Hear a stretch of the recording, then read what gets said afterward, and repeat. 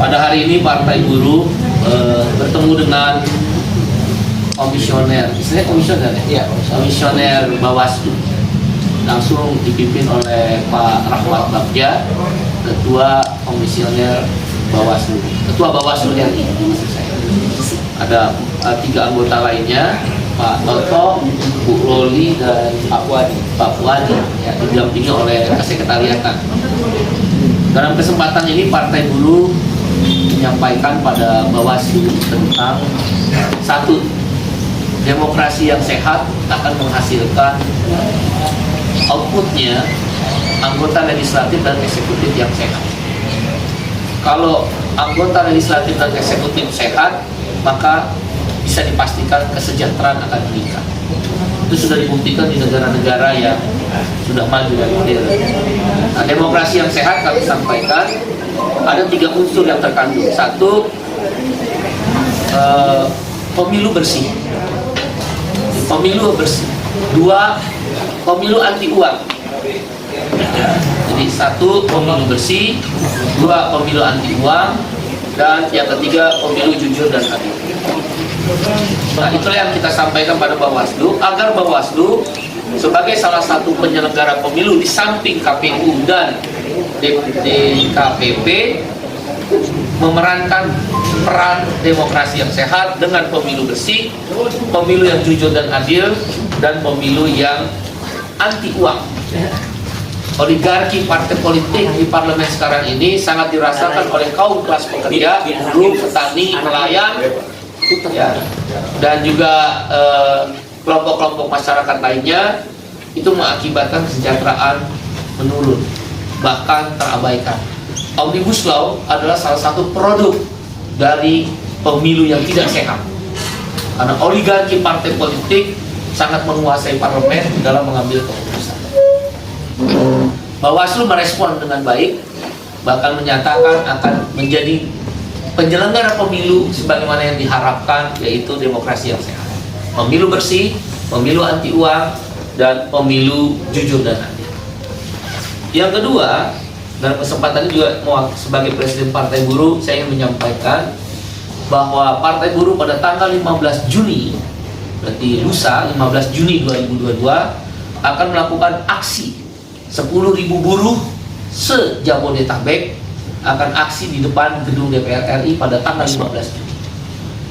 Isu yang diangkat adalah 1, tolak undang-undang pembentukan peraturan perundang-undangan, atau kita kenal dengan undang-undang P3 yang sudah mengalami revisi, karena tidak melibatkan partisipasi publik dalam revisinya, dan juga cacat hukum dan akal-akalan hukum, karena hanya untuk memasukkan Omnibus Law sebagai salah satu metode dalam sistem hukum di Indonesia, tapi kebutuhan hukumnya tidak terpenuhi. Isu kedua adalah tolak Omnibus Law Undang-Undang Cipta Kerja. Partai Buruh dihidupkan kembali setelah didirikan oleh almarhum Profesor Dr. Mukhtar Pakpahan SHMA karena persoalan Omnibus Law. Hari ini 9 partai oligarki yang ada di parlemen memaksakan kehendaknya bersama pemerintah untuk mengeluarkan dan membahas kembali Undang-Undang Omnibus Law. Nah, pemilu yang bersih itu penting di sini. Pemilu yang tanpa uang menjadi penting. Pemilu yang jujur dan adil menjadi penting untuk 2024. Dalam kasus Omnibus Law, maka kita akan melakukan perlawanan. Isu yang ketiga adalah dalam aksi 15 Juni di DPR RI 10.000 massa buruh menolak masa kampanye 75 hari. Hal itu melanggar undang-undang pemilu dilanggar. Dan KPU melakukan kesepakatan. KPU itu lembaga independen yang dibentuk atas nama konstitusi. Dia nggak punya hak dan tidak perlu melakukan kesepakatan dengan DPR dan pemerintah. Toh DPR peserta pemilu, nanti kan jadi peserta pemilu. Bagaimana peserta pemilu yang tidak non-parlemen, yang ada 6 partai?